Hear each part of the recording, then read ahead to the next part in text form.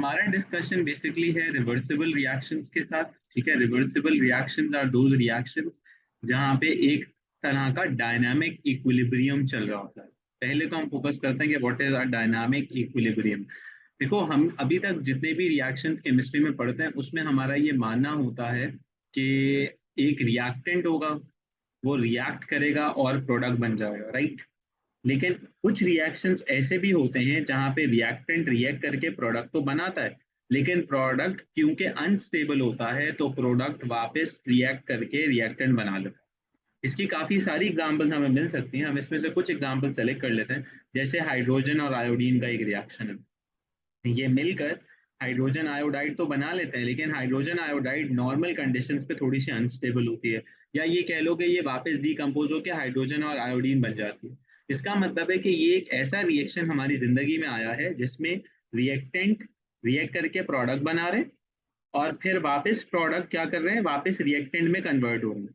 तो इससे बजाहिर ये लगता है कि रिएक्शन हुआ ही नहीं, यानी कि एक्चुअली देखो तुम रिएक्टेंट रिएक्ट करके अगर प्रोडक्ट बना रहा है और प्रोडक्ट वापस रिएक्टेंट बना रहा है तो at the end of the day तो ये लगेगा ना कि कुछ हुआ ही नहीं, लेकिन ऐसा नहीं है।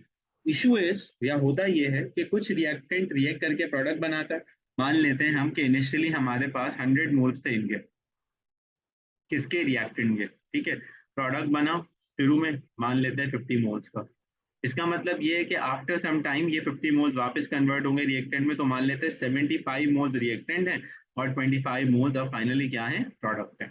अब ये बात समझने वाली है कि देखो रिएक्शन तो हुआ है, इसका क्या सबूत है, प्रोडक्ट का कुछ ना कुछ तो हमें मिक्सर मिला है, लेकिन हमें ज्यादा अच्छे से नहीं मिला। इसका मतलब ये है कि हम तो ये चाह रहे थे कि at the end of the day क्या हो, ये काम हो 50 हो, फिर क्या हो, फिर 20 हो, फिर क्या हो, फिर 0 हो जाए, फिर ये क्या हो, ये लेट से 50 हो, फिर क्या हो, ये 75 हो, फिर क्या हो, ये 100 हो। इसका मतलब ये है कि हम तो ये चाह रहे थे, हमारी तो एक्सपेक्टेशन ये थी कि रिएक्टेंट खत्म हो जाए और प्रोडक्ट बन जाए, लेकिन ऐसा एक्चुअली नहीं हुआ, ये कहीं बीच में रुक गया। तो ये सारे रिएक्शंस जिसमें ये काम हो रहा होता है कि प्रोडक्ट वापस रिएक्शन में रिएक्टेंट में कन्वर्ट हो रहा होता है, they are known as reversible reaction. तो रिवर्सिबल रिएक्शंस कौन से रिएक्शंस होते हैं, रिवर्सिबल रिएक्शन वो रिएक्शन होते हैं जिसमें reactants they react to form product and product being unstable convert back to reactant. बात समझ में आई? जी सर। सेकेंड बात जो हमें यहाँ करनी है वो ये करनी है कि हमने जब ये कहा कि डायनामिक इक्विलिब्रियम है, इसका क्या मतलब है। इसका मतलब ये है कि एक रिएक्शन है जो फॉरवर्ड डायरेक्शन में चल रहा है, तो उसे हम कहेंगे फॉरवर्ड रिएक्शन। अब फॉरवर्ड रिएक्शन में क्या हो रहा है, तो भाई अगर ये हाइड्रोजन आयोडाइड वाली एग्जांपल लें तो फॉरवर्ड रिएक्शन में ये हो रहा है कि हाइड्रोजन और आयोडीन मिलके क्या बना रहे हैं, हाइड्रोजन आयोडाइड बना रहे हैं। तो इसे हम कहेंगे कि ये फॉरवर्ड रिएक्शन है। ठीक है, अगर हम बात करते हैं दूसरे केस में कि एक हमारे पास बैकवर्ड रिएक्शन है, तो बैकवर्ड रिएक्शन में क्या हो रहा है, तो बैकवर्ड रिएक्शन में ये हो रहा है कि हाइड्रोजन आयोडाइड डिकम्पोज हो रहा है, ठीक है, और वो कन्वर्ट हो रहा है किसमें, हाइड्रोजन और आयोडीन में। ठीक है, अगर हम जी सर। बैकवर्ड रिएक्शन की बात करते हैं उसमें हमारा हाइड्रोजन आयोडाइड जो है वो कन्वर्ट हो रहा है हाइड्रोजन और आयोडीन में। तो अब देखा जाए तो ये टोटल रिएक्शन है, और इस टोटल रिएक्शन में फॉरवर्ड भी हो रहा है और बैकवर्ड भी हो रहा है, राइट। तो जिस पॉइंट पे आके, जिस स्पीड के ऊपर आके हम ये कहते हैं कि रेट ऑफ फॉरवर्ड यानी कि speed of forward reaction becomes equals to speed या रेट ऑफ बैकवर्ड रिएक्शन। मैं ये नहीं कहना चाह रहा कि इनकी अमाउंट सेम हो गई है, अमाउंट सेम नहीं हुई है, लेकिन फॉरवर्ड जिस स्पीड से हो रहा है उसी स्पीड से बैकवर्ड हो रहा है। उस पॉइंट पे आके हम कहेंगे कि रिएक्शन किस में आ गया, इक्विलिब्रियम में आ गया। इसको सबसे अच्छे समझने का तरीका ये है कि हमें ग्राफ बनाना है। बाई एक्सिस पे हम लेंगे रिएक्टेंट, या समझ लो हमारे पास जो सब्सटेंस है, रिएजेंट्स है, ठीक है, बोलेंगे, और एक्स एक्सिस पे हमने लिया है टाइम। तो इनिशियली जब हम कोई भी रिएक्शन कराना शुरू करते हैं तो रिएक्टेंट क्या होगा, मैक्सिमम होगा, और प्रोडक्ट क्या होगा, मिनिमम होगा या जीरो होगा जब स्टार्ट होगा एक्सपेरिमेंट, राइट। तो स्टार्ट ऐसे बनाते हैं कि रिएक्टेंट मैक्सिमम है और रिएक्टेंट आहिस्ता आहिस्ता क्या हो रहा है, बनना शुरू हो रहा है, बनना शुरू हो रहा है, बन रहा बन रहा बन रहा बन। तो जैसे जैसे रिएक्टेंट बनना शुरू हो रहा है वैसे वैसे ही रिएक्टेंट किस में कन्वर्ट हो रहा है, प्रोडक्ट में कन्वर्ट हो रहा है। सॉरी, रिएक्टेंट खत्म हो रहा है और प्रोडक्ट बन रहा है, बन रहा है, बन रहा है, बन रहा है, बन रहा है। रिएक्टेंट कम हो रहा है, कम हो रहा है, कम हो रहा है, कम हो रहा है, कम हो रहा है, प्रोडक्ट ज्यादा हो रहा है, ज्यादा हो रहा है, ज्यादा हो रहा है। ये बताओ, ये बात समझ में आई? जी सर। अब ये ऐसे तो नहीं होगा कि हमेशा रिएक्टेंट कम ही होता रहे, क्योंकि इसने अगर खत्म ही हो जाना था तो यानी कि इसने ये वाला पाथ अगर फॉलो करना था तो हम कहेंगे कि ये तो भाई बैकवर्ड रिएक्शन है ही नहीं, इसमें तो सारा का सारा खत्म हो गया। ऐसा नहीं है, यानी कि कुछ ना कुछ तो रिएक्टेंट रहेगा। तो ये रिएक्टेंट का अमाउंट यहाँ पे आके एक टाइम आया कि कांस्टेंट हो गया। इसी तरह से फिर हमने कहा कि प्रोडक्ट का भी एक अमाउंट जहाँ पे आगे कांस्टेंट हो गया। इसका मतलब है कि जहाँ पे आके ये लाइन स्ट्रेट हो रही है वहां पे ना रिएक्शन की कंसंट्रेशन में कोई चेंज है, ना ही प्रोडक्ट की कंसंट्रेशन में कोई चेंज है। तो प्रोडक्ट भी उतना ही है कॉन्सेंट्रेशन वाइज, और रिएक्टेंट भी उतना ही है कॉन्सेंट्रेशन वाइज। इसका मतलब ये है कि हम ये कह सकते हैं कि यहाँ पे क्या स्टैब्लिश हो गया, इक्विलिब्रियम, एक तरह का बैलेंस। लेकिन अगर नोट करो तुम, तो इस वक्त रिएक्टेंट तादाद में क्या है, कम है, और प्रोडक्ट तादाद में क्या है, ज्यादा है। प्रोडक्ट की वैल्यू ज्यादा है, रिएक्टेंट की कम है। लेकिन जिस स्पीड से यहाँ पे रेट ऑफ फॉरवर्ड रिएक्शन चल रहा है, बिल्कुल उसी स्पीड से क्या भी चल रहा है, रेट ऑफ बैकवर्ड रिएक्शन। ये बताओ, ये बात समझ में आई? जी सर। अच्छा, फिर आते हैं थोड़ा सा इसको एनालाइज करते हैं कि ये ग्राफ क्या शो कर रहा है। ये शो कर रहा है कि इसका ग्रेडियंट इनिशियली ज्यादा था, फिर फाइनली आहिस्ता आहिस्ता क्या हो रहा है, कम हो रहा है। इसका मतलब है स्पीड और rate of the reaction is decreasing.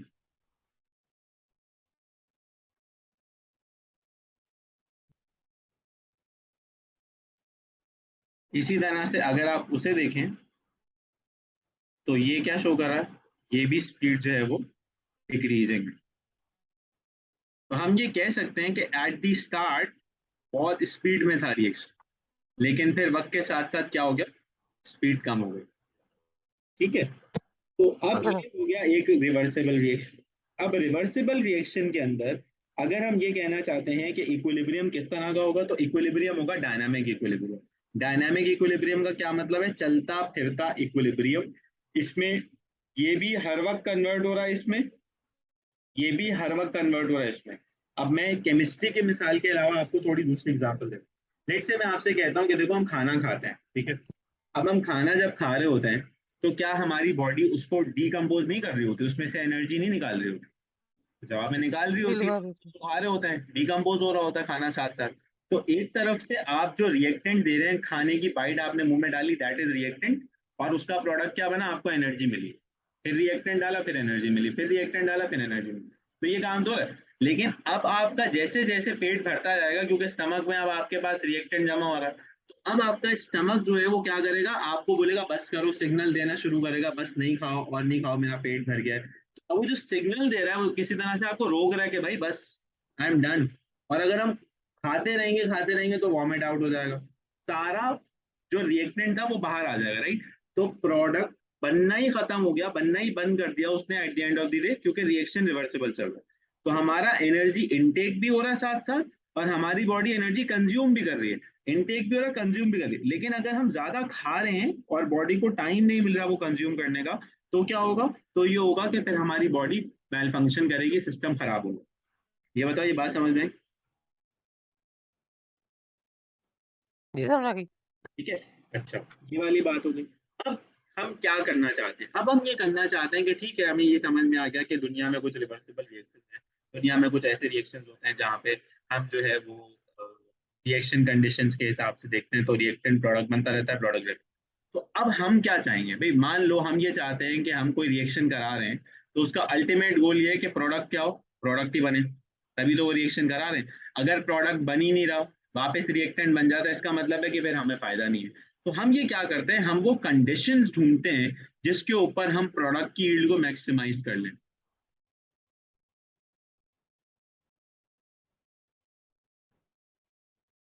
यानी कि हम ज्यादा से ज्यादा प्रोडक्ट बना सकें, और वो जो प्रोडक्ट बन जाए वो हमेशा स्टेबल हो, वो रिएक्टेंट में कन्वर्ट ना हो। अब हम ये कैसे करेंगे, तो इसका जवाब ये होगा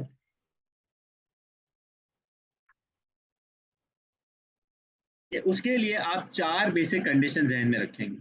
नंबर वन, कॉन्सेंट्रेशन।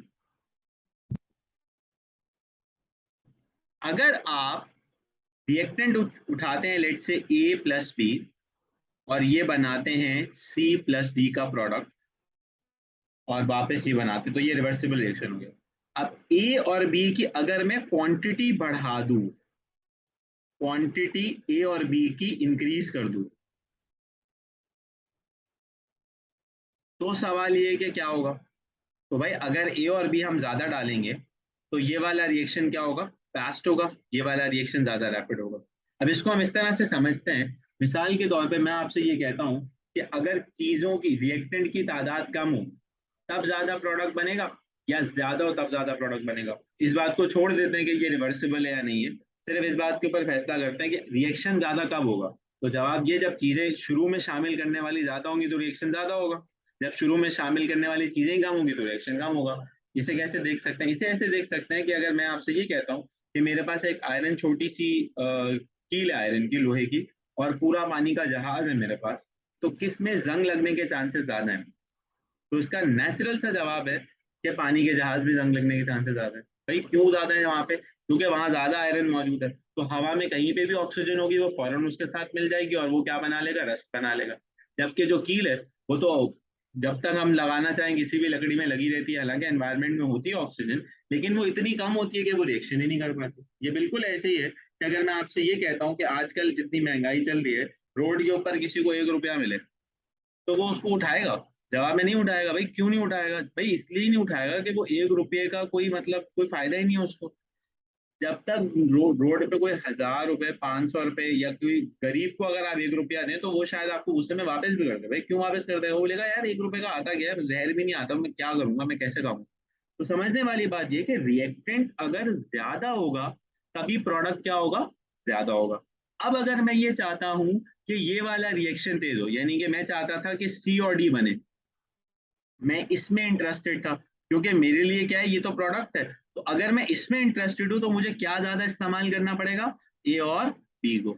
तो मैं ये कह सकता हूं, increasing the concentration of reactants increases rate of forward reaction। क्यों फॉरवर्ड रिएक्शन तेज हो रहा है? क्योंकि जब ये ज्यादा तादाद में मौजूद होंगे तो ये ज्यादा रिएक्शन करेंगे, जब ये ज्यादा रिएक्शन करेंगे तो क्या ज्यादा बनेगा? सी और डी ज्यादा बनेगा। ये बताओ, ये बात समझ में आई? जी सर। इसी तरह से अगर मैं इसका उल्टा सोचूं, तो अगर ए और बी को क्या कर दिया जाए? कम कर दिया जाए, decreasing the concentration of A and B, तो क्या होगा? Decreases the rate of reaction. जी सर। अगर आप इनकी तादाद को कम कर देंगे तो रिएक्शन उतना ही क्या हो जाएगा? स्लो हो जाएगा। इसी तरह से फिर एक और बात करते हैं। भाई अगर इनकी तादाद ज्यादा कर रहे थे तो सी और डी ज्यादा बन रहा था, लेकिन अगर हम सी और डी ज्यादा कर दें, increasing the concentration of products, तो क्या होगा? तो हम ये कह सकते हैं कि it increases what? It increases the rate of reaction. Backward reaction. Backward reaction क्यों तेज हो जाएगा? क्योंकि अगर आपने प्रोडक्ट ज्यादा बनाए, ये ज्यादा बना दिया, तो फिर ये वापस इनकी तादाद ज्यादा हो जाएगी। अगर इनकी तादाद ज्यादा होगी तो फिर ये ए और भी ज्यादा स्पीड से बनना शुरू हो जाएंगे ना। तो अगर आपने प्रोडक्ट बढ़ा दिया तो रिएक्टेंट बनना शुरू हो जाएगा, अगर आपने रिएक्टेंट बढ़ा दिया तो प्रोडक्ट बनना शुरू हो जाएगा। ये बताओ, ये बात समझ आई? जी सर आ गई। दूसरा इफेक्ट है जो थोड़ा सा डिफरेंट है, जो हमें पता होना चाहिए, दैट इज ऑफ टेम्परेचर। अब टेम्परेचर किस तरह से अफेक्ट करता है? तो पहली चीज तो ये कि temperature affects only thermochemical reactions. हर रिएक्शन पे फर्क नहीं पड़ता इससे, सिर्फ थर्मोकेमिकल रिएक्शंस के ऊपर फर्क पड़ता है। वो रिएक्शंस पे फर्क पड़ता है जिन रिएक्शंस के होने में या तो रिएक्टेंट का प्रोडक्ट बनना, इसमें कोई हीट एक्सचेंज होगा, हीट एक्सचेंज होगा। अब इसकी मिसाल इस तरह से ले लो कि मैं लेट से हीट एक्सचेंज के जो रिएक्शन है उसकी बात करता हूँ। तो जब मैं सांस ले रहा हूँ तो मेरी बॉडी में ऑक्सीजन जा रही है और कार्बन डाइऑक्साइड रिलीज हो रही है, तो ये एक तरह का रिएक्शन बना लेते हैं। तो इस रिएक्शन में मेरी बॉडी ना ठंडी हो रही है ना गर्म हो रही है। क्यों भाई ठंडी नहीं हो रही? अगर ठंडी और गर्म हो रही होती तो मैं तो दिन में ज्यादा सांस ले लूंगा तो मैं तो ठंडा पड़ जाऊंगा, मेरा तो खून जम जाएगा। इसी तरह से अगर गर्म हो रही होती तो मैं तो बुखार से मर जाऊंगा। तो इसका मतलब ये कि इसमें कोई इस तरह की हीट चेंज नहीं होती। लेकिन जब हम लकड़ियां जलाते हैं तो क्या होता है? तो हीट चेंज होती है। अच्छा, दूसरी बात, अगर मैं आपसे ये कहता हूँ कि लेट से हमने जो है वो एक रिएक्शन कराया, केमिकल रिएक्शन, उसमें हमने क्या किया, उसमें हमने कहा कि हमने जो है ना वो रूह अफ़ज़ा बनाया, रूह अफ़ज़ा के अंदर हमने चीनी डाल दी। अच्छा भैया, वो चीनी तो डाल दी, वो मिक्स तो हो गए, सॉल्यूबल तो हो गए, लेकिन वहां पे कोई हीट थोड़ी रिलीज हुई है, तो सारा कुछ मीठा ही है। इसी तरह से अगर आपने लेट से पेप्सी के अंदर 7 अप डाल दी तो भी कोई हीट, केमिकल रिएक्शन हो गया। तो ये केमिकल रिएक्शन ऐसे नहीं है जहाँ पे हीट रिलीज हो रही है, लेकिन आग जलाना, उससे आपको हीट मिल रही है।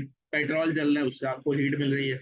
हम खाना खा लेते हैं, उससे हमें एनर्जी मिलती है। तो ये वो रिएक्शन है जिसमें क्या हो रहा है, थर्मोकेमिकली कुछ चेंज हो रहा है या हीट चेंज हो रही है। तो अब हीट चेंज दो तरह की होती है। एक ऐसा रिएक्शन हो सकता है जिसमें हीट क्या हो, हीट रिलीज हो। जैसे अभी हमने बात की कि अगर लेट से हमारे घर में गैस आ रही है, उसको कहते हैं मीथेन गैस, उसको जलाते हैं, जिसे आप क्या कहते हैं, कंबस्शन। तो कार्बन डाइऑक्साइड और क्या बनता है, साथ में वाटर बनता है, और साथ में क्या मिलती है हमें, एनर्जी। ठीक है। तो ये एक ऐसा रिएक्शन है जिसमें हीट क्या हो रही है, रिलीज हो रही है। केमिस्ट्री में हीट रिलीज को हम इस तरह से शो करते हैं, डेल्टा एच बनाते हैं, साथ में लिखते हैं नेगेटिव, माइनस में कोई वैल्यू होगी। अगर हम मीथेन की बात करते हैं तो इसकी वैल्यू होती है -890 किलो जूल्स पर मोल। ये बताओ, ये बात समझ में आई? जी सर। इस रिएक्शन को जिसमें हीट रिलीज होती है हम क्या कहते हैं, हम इसे कहते हैं एक्सोथर्मिक रिएक्शन। अच्छा, कोई ऐसा भी रिएक्शन हो सकता है जहां पे हीट रिलीज ना हो? हाँ बिल्कुल। अगर रिएक्टेंट प्रोडक्ट में कन्वर्ट हो, वहां पे हीट रिलीज ना हो, बल्कि हीट उल्टा एब्जॉर्ब हो जाए, तो उसे हम कहेंगे कि वो है एक अदद एंडोथर्मिक रिएक्शन। और एंडोथर्मिक रिएक्शन के अंदर क्या होता है, डेल्टा एच का साइन होता है पॉजिटिव। अब ये पहले तो समझते हैं कि इसका इफेक्ट क्या है, बाद में बात करेंगे कि इनके ऊपर क्या होता है। इसकी एक एग्जांपल ले लेते हैं, जैसे हम कोई मिंट टॉफी खा लें, या हम कोई ठंडी चीज जैसे विक्स वगैरह गले में खराटे लगा लें, तो उससे हमें ठंडक मिलती है। इसी तरह से लोगों की कमर पे या कहीं पे दाने हो जाते हैं तो वो पाउडर लगाते हैं, क्रीम लगाते हैं, उससे भी ठंडक मिलती है। इसी तरह से बाजू का मसल पुल हो जाता है तो उसके ऊपर भी क्रीम लगाते हैं, उससे भी ठंडक मिलती है। तो ये सारे वो रिएक्शन है जिसमें हीट एब्जॉर्ब होती है। अच्छा, अब हीट एब्जॉर्ब हो रही है तो हमने इनको एंडोथर्मिक रिएक्शन कर दिया। अब आपको ये समझना है कि एक रिएक्शन की एक साइड अगर एंडोथर्मिक है तो दूसरी साइड एक्सोथर्मिक होगी। अब इसका क्या मतलब है, मैं आपसे फिर एग्जांपल वो डिस्कस करता हूँ कि ए प्लस बी रिएक्ट करके सी प्लस डी बना रहे हैं, और मैं आपसे कहता हूँ कि ये वाली साइड इसकी क्या है, ये वाली साइड है इसकी एक्सोथर्मिक। ठीक है, तो फिर ये वाली साइड क्या होगी, ये वाली साइड होगी एंडोथर्मिक। ये बताओ, ये बात समझ में आई? जी सर। अब अगर आपके पास रिएक्शन है एक्सोथर्मिक, और आप इस रिएक्शन के टेम्परेचर को इंक्रीज कर दें, इससे क्या होता है, रिएक्शन स्लो डाउन हो जाता है।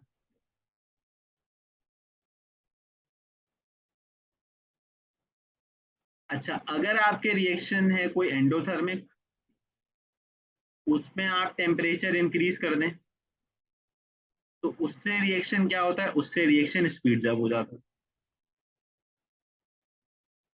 अब इसकी हम दो एग्जांपल लेते हैं। एक जगह पे मिसाल के तौर पे, लेट से यहाँ पे हमने कुछ लकड़ियां जलाई हुई थी, हम बारबेक्यू कर रहे थे, ठीक है, यहाँ आग लगी हुई।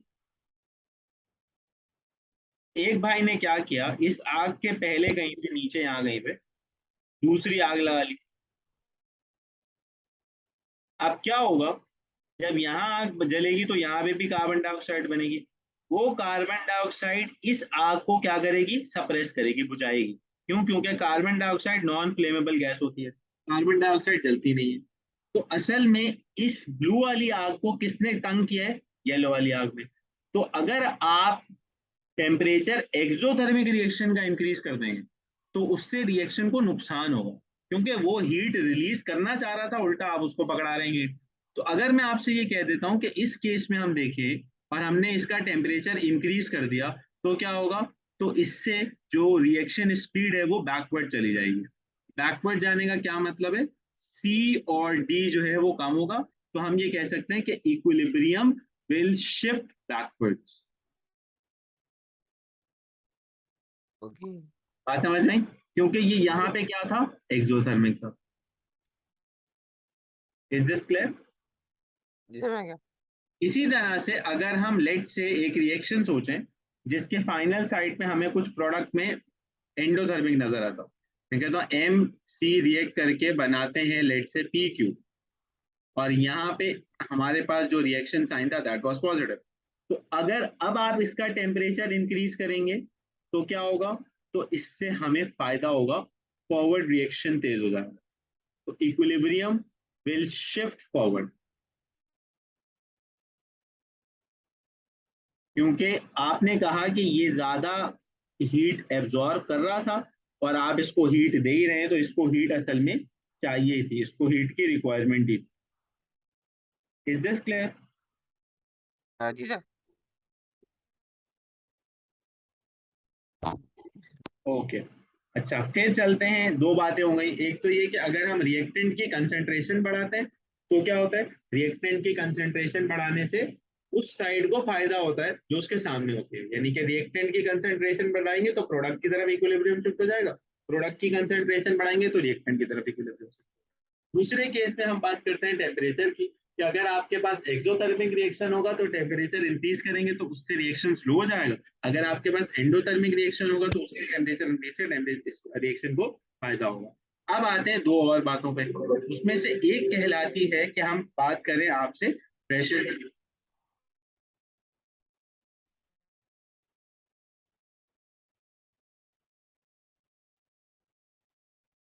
तो एक केमिकल इक्वेशन में जो नंबर ऑफ मोल्स होते हैं वो हमें बताते हैं कि प्रेशर का इफेक्ट क्या है। तो आप इसे इस तरह से देख लो, लेट से मैं आपसे ये कहता हूँ कि मेरे पास एक रिएक्शन है KCl+O2, ये बनाता है KClO3, तो 2 और 3, ये बन गया 2। तो रिएक्टेंट साइड पे नंबर ऑफ मोल्स कितने हैं, 2 + 3 5। प्रोडक्ट साइड पे नंबर ऑफ मोल्स कितने हैं, तो 2 हैं। तो रिएक्टेंट साइड पे 5 मोल्स हैं और प्रोडक्ट साइड पे क्या है, 2 मोल्स। इसे हम रिवर्सिबल रिएक्शन के टर्म में कहते हैं, ये है 5 वॉल्यूम और ये है 2 वॉल्यूम। अब जरा स्टेटमेंट सुनना, स्टेटमेंट कहती है increase in pressure favours the side with less volume. यानी कि अगर मान लेते, फिलहाल तो ये रिवर्सिबल रिएक्शन ही है, अगर ये रिवर्सिबल रिएक्शन होता और हम इस रिएक्शन को प्रेशराइज कर देते तो इनमें से कौन ज्यादा बनता, जिसका वॉल्यूम कम है, यानी कि ये जो प्रोडक्ट है ये ज्यादा बनता। ओके। ये बताओ, ये बात समझ में आई? जी समझ आ गई। अच्छा, तो इससे फिर एक और भी रिजल्ट निकलेगा कि डिक्रीज इन प्रेशर से क्या होगा,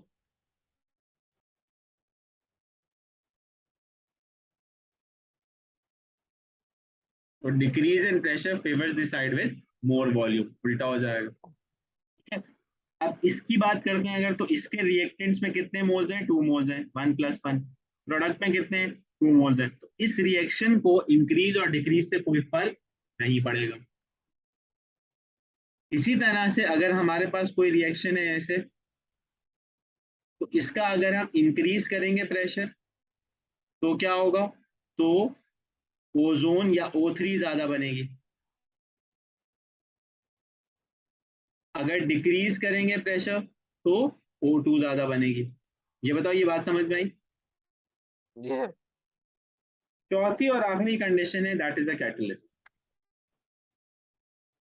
कैटलिस्ट क्या करता है, तो कैटलिस्ट हम ये कहते हैं कि किसी भी रिएक्शन को एक्सेलरेट करता है, स्पीड अप करता है, और इसका कोई इक्विलिब्रियम से ताल्लुक नहीं है, ये बेसिकली लेस एक्टिवेशन एनर्जी कर देता है। अब आते हैं कि what is activation energy. Activation energy बुनियादी तौर पे वो एनर्जी होती है जो किसी रिएक्शन को कराने के लिए जरूरी होती है। अब इसकी एक एग्जांपल इस तरह से ले लो कि मैं आपसे ये कहता हूँ, लेट से कि मुझे जो है ना वो आग जलानी है कहीं पे, तो सर्दियों में आग जलाना आसान है या गर्मियों में, तो जब ये गर्मियों में आग जलाना आसान है, तो गर्मियों में तो खुद जी ही आग सर। लग रही होगी, सर्दियों में तो आग ही नहीं जल रही, इतनी मुश्किलों से चलेगी।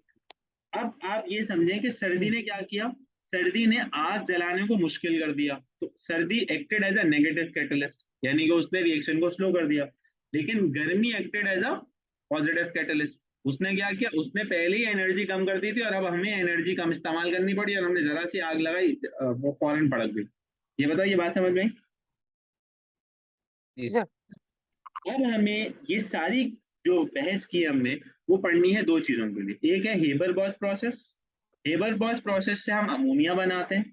इक्वेशन आपको याद करनी है। अब आप नोट करो, इसके अंदर कुछ चीजें हैं जो आपको अलग अलग पढ़नी है। सबसे पहले आपको याद करना है कि ये रिएक्शन किस टेम्परेचर पे होता है। तो 450 डिग्री सेल्सियस पे ये टेम्परेचर होता है, तब जाके ये रिएक्शन होता है। 200 एटमॉस्फेयर या 20,000 किलो पैस्कल्स पे जाके ये रिएक्शन होता है। ये दोनों वैल्यूज याद रखनी है। यानी कि अगर हमने 200 जी सर। एटमॉस्फेयर नहीं किया, हमने 20,000 जो है वो किलो पास्कल टेम्परेचर प्रेशर नहीं किया, और हमने इसमें iron as a catalyst use नहीं किया। कहीं लिखा हुआ नजर आ रहा है आयरन? ये रहा। जी sir. Iron as a catalyst हमने यूज नहीं किया, तो रिएक्शन नहीं होगा। यानी कि अगर हम चाहते हैं कि नाइट्रोजन और हाइड्रोजन मिलके ये बनाए, तो हमें पहले क्या चाहिए, इतना टेम्परेचर, फिर क्या चाहिए, इतना प्रेशर, फिर क्या चाहिए, ये वाला कैटलिस्ट, तब जाके ये रिएक्शन होगा। ये बताओ, ये बात समझ में आई? जी सर। अच्छा, फिर हम कहते हैं कि हम क्या कैसे बनाते हैं, तो वो यहाँ पे स्टोरी सुना रहे हैं कि भाई हाइड्रोजन है, नाइट्रोजन है, और obtain from natural gas. Natural gas से हम ऑब्टेन करते हैं किस चीज को, हाइड्रोजन को। और एयर को ऑब्टेन करते हैं हम बेसिकली एयर, वो सॉरी, नाइट्रोजन को ऑब्टेन करते हैं एयर से। और उसको हम एक कंप्रेसर के अंदर डाल देते हैं, जो कि हमारे सिलेबस में नहीं है, हमने नहीं पढ़ना। हम सिर्फ ये कहते हैं कि उसको कंप्रेस करते हैं। उसको कंप्रेस करते हैं, उससे उसका प्रेशर हाई हो जाता है। हाई प्रेशर कितना होता है, 200 एटमॉस्फेयर होता है। उसके बाद क्या होता है, वो जो हाई प्रेशराइज गैस है, उसको जो एक बड़े से कंटेनर में जिसके अंदर आयरन होती है, जिसको कैटालिटिक कन्वर्टर कहते हैं, उसमें हम डाल देते हैं। उससे क्या होता है, हाइड्रोजन और नाइट्रोजन रिएक्ट करके अमोनिया बना लेते हैं। ठीक है, जो हाइड्रोजन और नाइट्रोजन बच जाती है, उससे क्या होता है, उसको ठंडा करते हैं, फिर दोबारा से जो है वो ये काम करते रहते हैं, बार बार यही काम करते रहते हैं। और उसमें ये होता है कि सारी की सारी नाइट्रोजन और हाइड्रोजन फाइनली हम कन्वर्ट कर लेते हैं। दूसरी बात ये कि फिर अमोनिया को हम ठंडा करते हैं, और अमोनिया को लिक्विड फॉर्म में हम जो है वो सेव करते हैं। अगर हम अमोनिया को गैस फॉर्म में सेव करते हैं, तो उसका नुकसान ये होता है कि वो गैस लीक कर जाती है। क्योंकि ये वाली गैस जो है वो लाइटर देन एयर होती है, इसका स्टोरेज बहुत ज्यादा मुश्किल हो जाता है। ये बताओ, ये बात समझ में आई? जी सर। तो this is basically Haber Bosch process. फिर आते हैं कि अमोनिया का क्या फायदा होता है और अमोनिया किस तरह से। तो हमने ये सारी बातें आपसे यहाँ पे जो पीछे की हैं, वो सारी अलग अलग आपको समझाई कि हमने एयर से हाइड्रोजन नाइट्रोजन लिया है, इलेक्ट्रोलिसिस से, कंबस्शन से, क्रैकिंग से हमने हाइड्रोजन लिया है। इनका रेशो 1:3 है, वो लिखा हुआ है, आपको नजर आया। आयरन है, इसमें टेम्परेचर है। रिएक्शन एक्सोथर्मिक होता है, इसकी कंडीशन जिससे मैक्सिमाइज करते हैं, तो क्या क्या होता है, हम ये करते हैं कि हम इसमें कैटलिस्ट डालते हैं, उसका प्रेशर आता है। Is this clear? जी सर। अब इसमें दो तीन सवाल बड़े मजे के। पहली चीज तो ये भाई कि हाई प्रेशर क्यों किया हमने। तो हाई प्रेशर हमने इसलिए किया है कि हम अमोनिया ज्यादा बनाना चाह रहे हैं। तो अगर अमोनिया ज्यादा जी बनाना सर। चाह रहे हैं, तो अमोनिया के वॉल्यूम तो दो है, जबकि नाइट्रोजन और हाइड्रोजन के चार हैं। तो अगर हाई प्रेशर ज्यादा होगा, तो फिर इसको फायदा होगा, तो इसलिए हमने हाई प्रेशर किया। दूसरी बात ये कि फिर हाई टेम्परेचर क्यों किया था, जबकि ये रिएक्शन तो एक्सोथर्मिक है। तो ये रिएक्शन एक्सोथर्मिक तो है, लेकिन ये रिएक्शन होता ही 450 पे, तो हमें 450 तो करना पड़ेगा ना। लेकिन हम 450 से 600 नहीं कर सकते, 700 नहीं कर सकते। क्यों? क्योंकि अगर हमने मजीद टेम्परेचर बढ़ाया, तो क्या होगा, तो रिएक्शन बैक आएगा, वापस आ जाएगा। तो वापस आएगा तो हमारे तो नुकसान हो जाएगा। तो हम तो नहीं चाहते कि ये नुकसान हो हमें। हम तो सिर्फ ये चाहते हैं कि रिएक्शन कहाँ जाए, आगे जाए। ये बताओ, ये बात समझ में आई? जी सर, समझ आ गई। ठीक है। देन इसी से रेलेवेंट फिर हमारे पास एक स्कीमेटिक मैंने डाली हुई है कि आपको अगर थोड़ा सा परेशानी हो, आप इस तरह से देख सकें कि एक कंटेनर में ये दोनों आए और मिले और कंबाइन हुए, और फिर हमने इसमें जो है वो आयरन डाला, इसमें मिक्स किया, जो अमोनिया बन गई उसको ठंडा करके लिक्विड बना लिया, जो बच गई उसको वापस भेज दिया, फिर रिसाइकिल हो गई, तो नीचे यहाँ से हमें लिक्विड। ठीक है। दूसरे केस में हम बच्चों को पढ़ाते हैं, अच्छा ये फिर पूरी डिटेल लिखी हुई है उसकी, तो आप पढ़ लेना, इसको कोई मसला नहीं है इसके। फिर हम दूसरी चीज जो बच्चों को पढ़ाते हैं,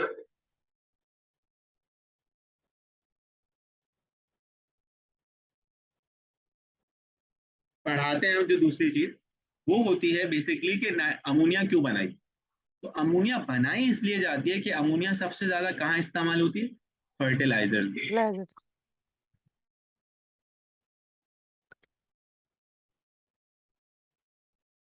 एक मिनट, एक मिनट, एक मिनट, ये क्या हो रहा है भाई?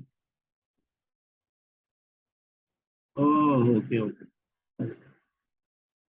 ठीक है।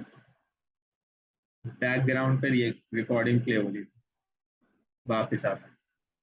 तो हमने अमोनिया क्यों बनाई, किसी के जहन में सवाल आ सकता, तो भाई अमोनिया हमने इसलिए बनाई क्योंकि हमें जो है वो फर्टिलाइजर्स में इस्तेमाल करने थे। फिलहाल हम फर्टिलाइजर्स नहीं पढ़ रहे क्योंकि वो आपका टॉपिक नहीं है। तो ये आपके सामने जो स्लाइड है ये हम बाद में कभी पढ़ेंगे, लेकिन अभी नहीं पढ़ रहे। लेकिन अभी हम ये बात जान सकते हैं कि हमें फर्टिलाइजर के अंदर क्या चाहिए होता है, अमोनिया चाहिए होता है। ये बताओ, ये बात समझ में आई? जी सर। देन जो सेकंड प्रोसेस आपको पढ़ाना है वो क्या पढ़ाना है भाई, वो आपको पढ़ाना है हमने इसका, अच्छा इसमें भी रिकॉर्डिंग है, एक मिनट।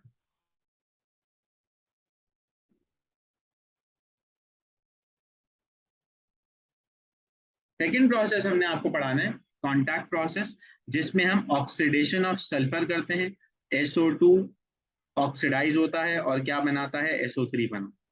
इस SO2 को जब हम ऑक्सीडाइज करते हैं SO3 बनाने में, तो क्या क्या कंडीशंस लगती हैं, 450 डिग्री सेल्सियस जो लिख दिया हमने, इसके साथ साथ वेनेडियम पेंटाऑक्साइड V2O5 लगता है, इसके साथ साथ प्रेशर 2 एटमॉस्फेयर का। ये जहन में रखना है कि पहले 200 था, अब 2 है। टेम्परेचर पहले भी 450 था, अब भी क्या है, 450 है। पहले कैटलिस्ट क्या था, पहले कैटलिस्ट था,